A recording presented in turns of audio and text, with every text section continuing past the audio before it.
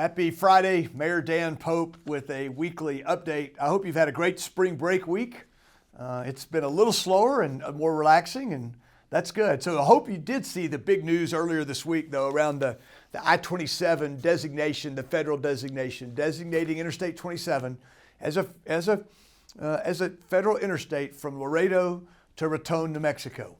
It's a big next step for our Ports to Plains efforts. I'm thankful for Congressman Arrington and the bipartisan group of both congressmen and senators that supported this. The governor's been helpful. Our legislative delegation's been helpful.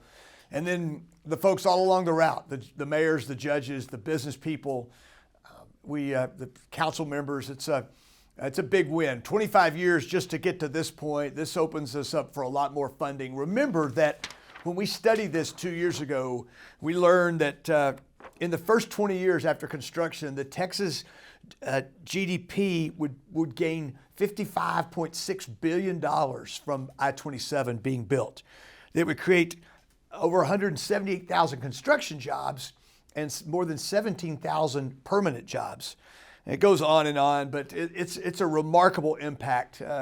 It allows us to get our goods and services from West Texas, from South Texas, to the rest of the country and the world. And it's a generational kind of effort. It won't happen tomorrow, but we will keep working on it, and just a bit of great news there. Also, a quick update on where we are with our ARPA dollars, American Rescue Plan Act dollars. I've been talking quite a bit about this, and I just wanted to update you on some of the changes that we've made. We've talked about housing before and some of the infrastructure we're going to do to incent some affordable housing in parts of our community where we don't have many rooftops being built. Once again, these will be owner occupied. We've talked about our investment in cybersecurity and the work we're going to do with the county and StarCare for a diversion center. Those decisions have all been made previously. Last week, we moved forward with another $2.5 million of small business grants. We'll partner with SPAG for them to help us administer that. We also will set aside $1 million for the arts community and $1 million for nonprofits. We'll have a very thorough grant process. If you're interested in learning more about that, please contact our office, and we can get you the information you might need. Still working very closely on job training, working on several different efforts there. The one that's the furthest along is some effort around high demand jobs, working with our hospitals and the Health Science Center and the Chamber. And we're likely to invest some of our dollars in scholarships for our local citizens to work on that nursing degree or work on that radiation tech degree or surgical tech, something that can improve our citizens' ability to earn a living, to provide for their family and live a very productive life.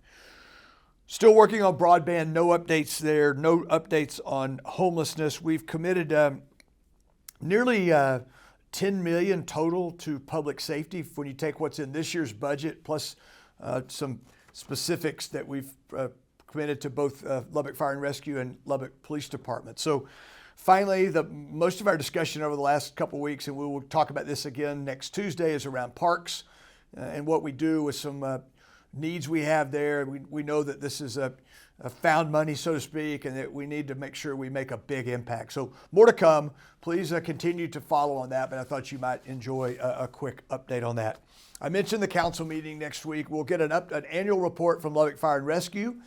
We also will see the Parks Master Plan. That'll be maybe the final draft, but that work is very close to being finished. Many of you participated in those sessions where we've got citizen input. Very excited to see this. It's been a long time since we've had one of these, and it's going to be, I think, help us plot that path forward. I mentioned ARPA. We'll talk about that again also. Okay, Coffee with the Mayor next Wednesday. It's at La Madeleine at 82nd and Quaker.